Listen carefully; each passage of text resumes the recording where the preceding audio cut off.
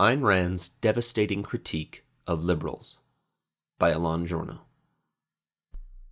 Opening her first lecture at the historic Ford Hall Forum in 1961, Ayn Rand saw her audience as consisting mainly of her antagonists, liberals. Why did she choose to engage with them? Quote, "The briefest explanation is to tell you that in the 1930s I envied the liberals for the fact that their leaders entered political campaigns armed not with worn-out bromides, but with intellectual arguments. I disagreed with everything they said, but I would have fought to the death for the method by which they said it, for an intellectual approach to political problems. Today I have no cause to envy the liberals any longer." End quote. Indicating why she no longer has cause to envy them, Rand notes that while conservatives had long embraced a cracker-barrel anti-intellectualism, the liberals of the 1960s had begun to abandon their intellectual posture.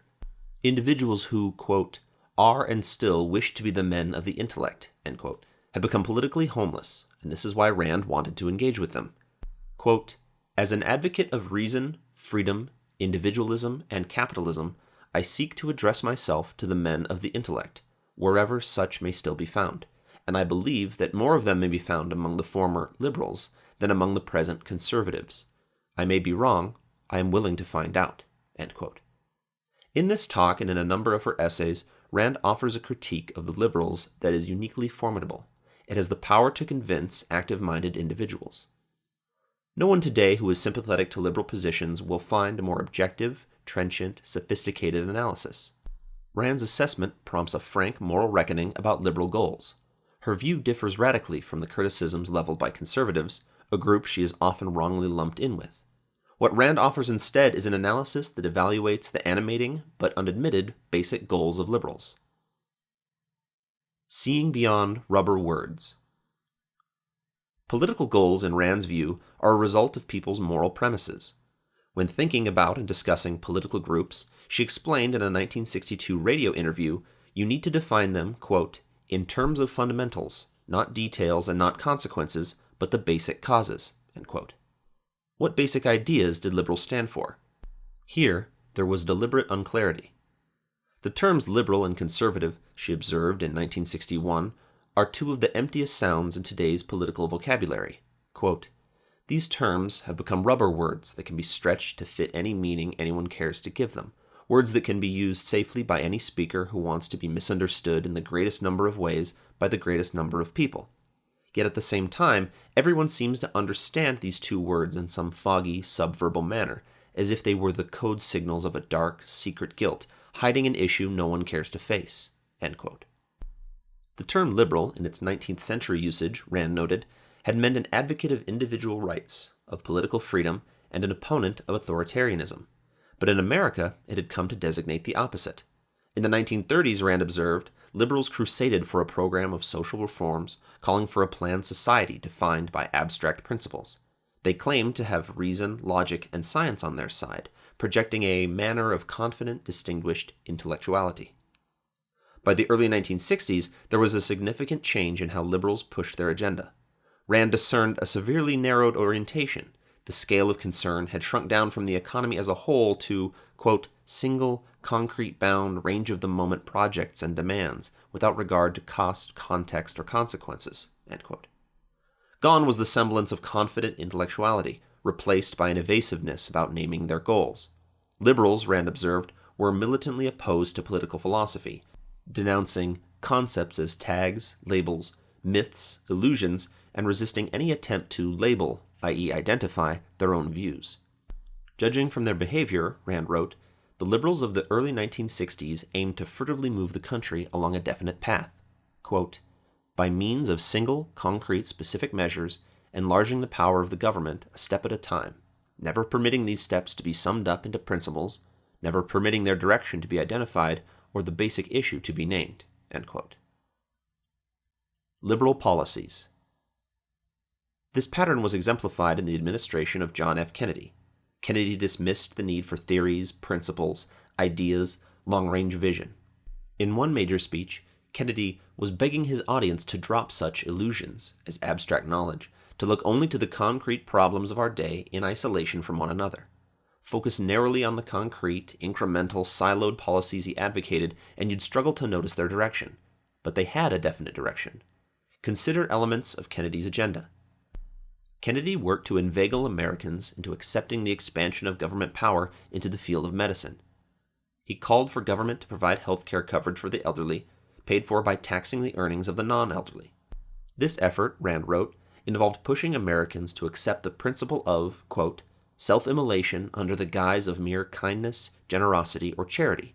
It is done by hammering into people's minds the idea that need supersedes all rights, that the need of some men is a first mortgage on the lives of others, and that everything should be sacrificed to the undefined, undefinable grab bag known as the public interest, end quote. Invoking the public interest, the Kennedy administration undermined the freedom of speech. Through the Federal Communications Commission, Rand argued it exerted an indirect form of censorship. The FCC chairman threatened television and radio broadcasters with the loss of their licenses unless their programming satisfied the government's unspecified conception of public service. The public interest also trumped property rights. Kennedy excoriated the steel industry over rising prices. With a hand-waving concession to the freedom of business to set prices and wages, Kennedy stressed that, quote, the American people have a right to expect, in return for that freedom, a higher sense of business responsibility for the welfare of their country, end quote. Rand observed, quote, the American people have a right to expect, in return for that freedom, here's an explicit declaration by the President of the United States that freedom is not an inalienable right of the individual, but a conditional favor or privilege granted to him by society, by the people or the collective, a privilege which he has to purchase by performing some sort of duty in return. Should he fail in that duty, the people have the right to abrogate his freedom and return him to his natural condition of slavery, end quote. The piecemeal growth of government interventions continued under Lyndon Johnson, who carried forward Kennedy's priorities. This pattern of incremental expansion of government power entrenched what Rand called a mixed economy, an unstable, chaotic system that blends freedom and controls with no principles, rules, or theories to define either. The elements of control, the regulations, the welfare programs, all of these, however, were predicated on unadmitted premises. Underlying philosophic premises. Rand identified the premises that liberals themselves resisted labeling. Analyzing Kennedy's statement about the responsibility of business for the welfare of the country, she observed, quote, rights, by this concept, are the property of the collective, not of the individual. The individual's life, liberty, and effort belong to the people, who have the right to dispose of him and to dictate the terms of his existence in any way they please. This is the basic principle of collectivism and statism. End quote. The doctrine of collectivism subordinates the individual to the desires, wishes, and demands of the group, society, the people, the public interest. Collectivism, in Rand's analysis, is itself rooted in the morality of altruism. Contrary to widespread confusion, altruism is not synonymous with benevolence and goodwill toward others. In fact, in Rand's view, it's incompatible with these sentiments. Rather, altruism holds that an individual, quote, has no right to exist for his own sake, that service to others is the only justification of his existence, and that self-sacrifice is his highest moral duty, virtue, and value, end quote.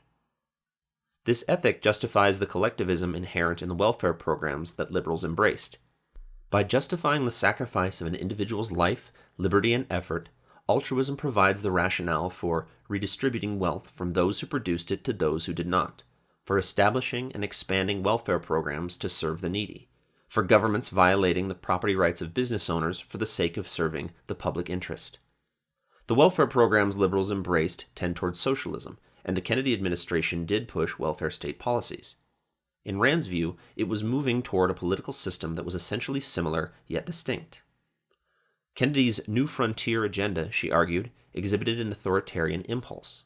Socialism abolishes private property, putting it under collective ownership.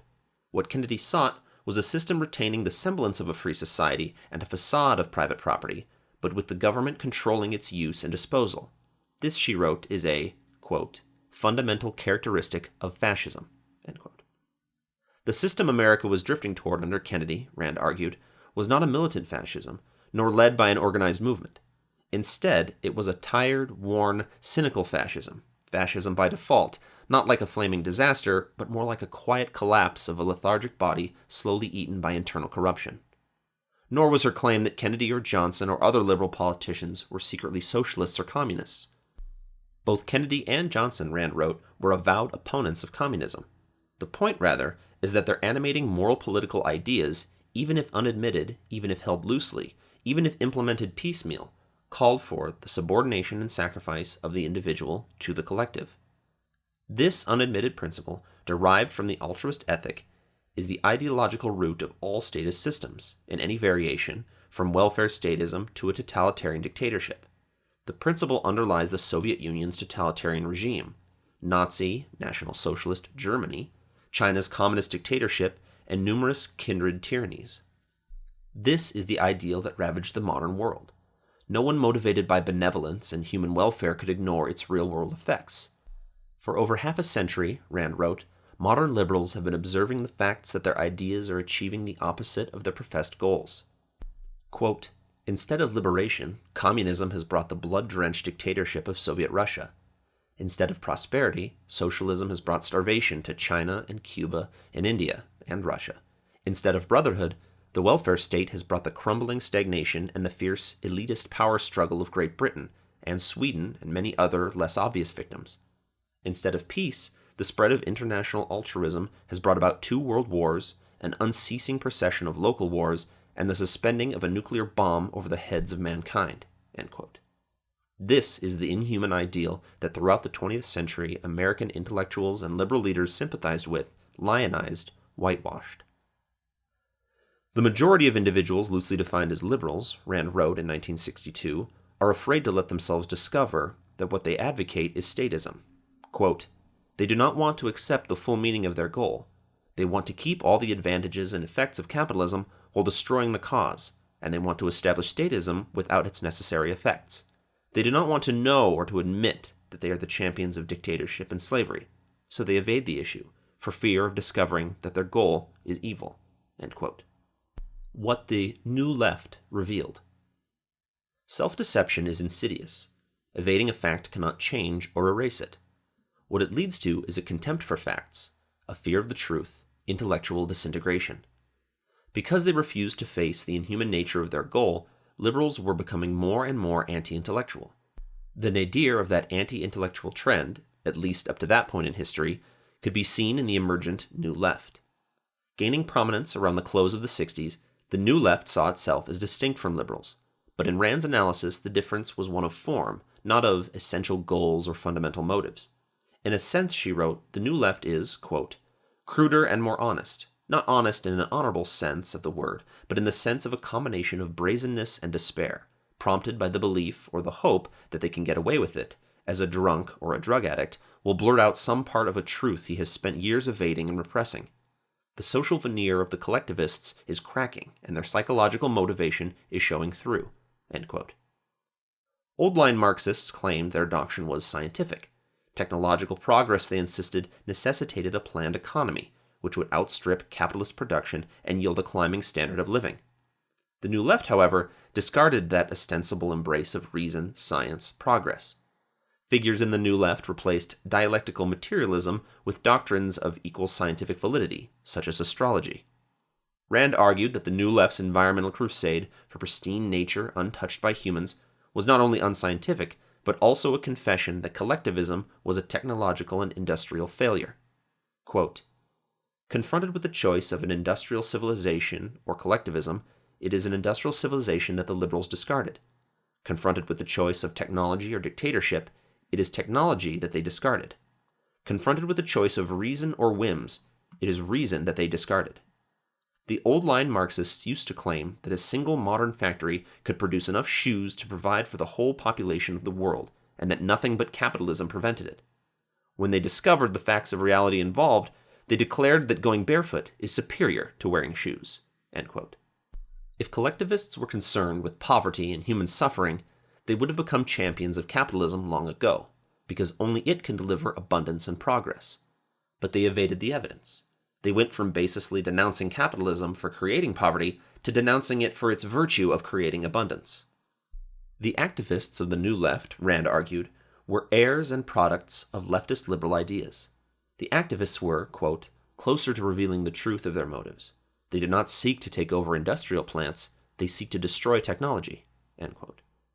The profoundly disturbing truth, in Rand's view, is that collectivism, quote, does not preach sacrifice as a temporary means to some desirable end. Sacrifice is its end. Sacrifice is a way of life. It is man's independence, success, prosperity, and happiness that collectivists wish to destroy, end quote. Check your premises. Part of what makes Rand's critique of liberals devastating is that she neither caricatured them all as socialists and communists, nor did she absolve them for the immoral policies that they embraced. Rand identified the basic goals liberals themselves resisted naming, and their goals, even when pursued bloodlessly, even when enacted incrementally through elected representatives, even when wrapped in a pro-liberty veneer, their goals were defined by an inhuman moral ideal. Rand's critique underscores the fundamental role of philosophic ideas in life, culture, and politics, and it provides an enduring lesson for anyone who wishes to see our society move toward greater freedom. The path forward demands that we summon the courage to identify and challenge fundamentals, to question the prevailing ideas in our society. For Rand, in contrast with today's tribalism, we each have the power to question our defining premises, shrug off the shibboleths of our friends, rethink our culture's moral dogmas. It is open to anyone who chooses to invest the cognitive effort. At her first Ford Hall Forum lecture, Rand sought to address active-minded individuals wherever they might still be found. She hoped to connect with non-totalitarian liberals and non-traditionalist conservatives. She concluded the talk, quote, "Those of you who may still be liberals in the original sense of that word, i.e. generally valuing freedom, and who may have abandoned everything except loyalty to reason, now is the time to check your premises. If you do, you will find that the ideal society had once been almost within men's reach. It was the intellectuals who destroyed it and who committed suicide in the process. But the future belongs to a new type of intellectual, a new radical, the fighter for capitalism." End quote.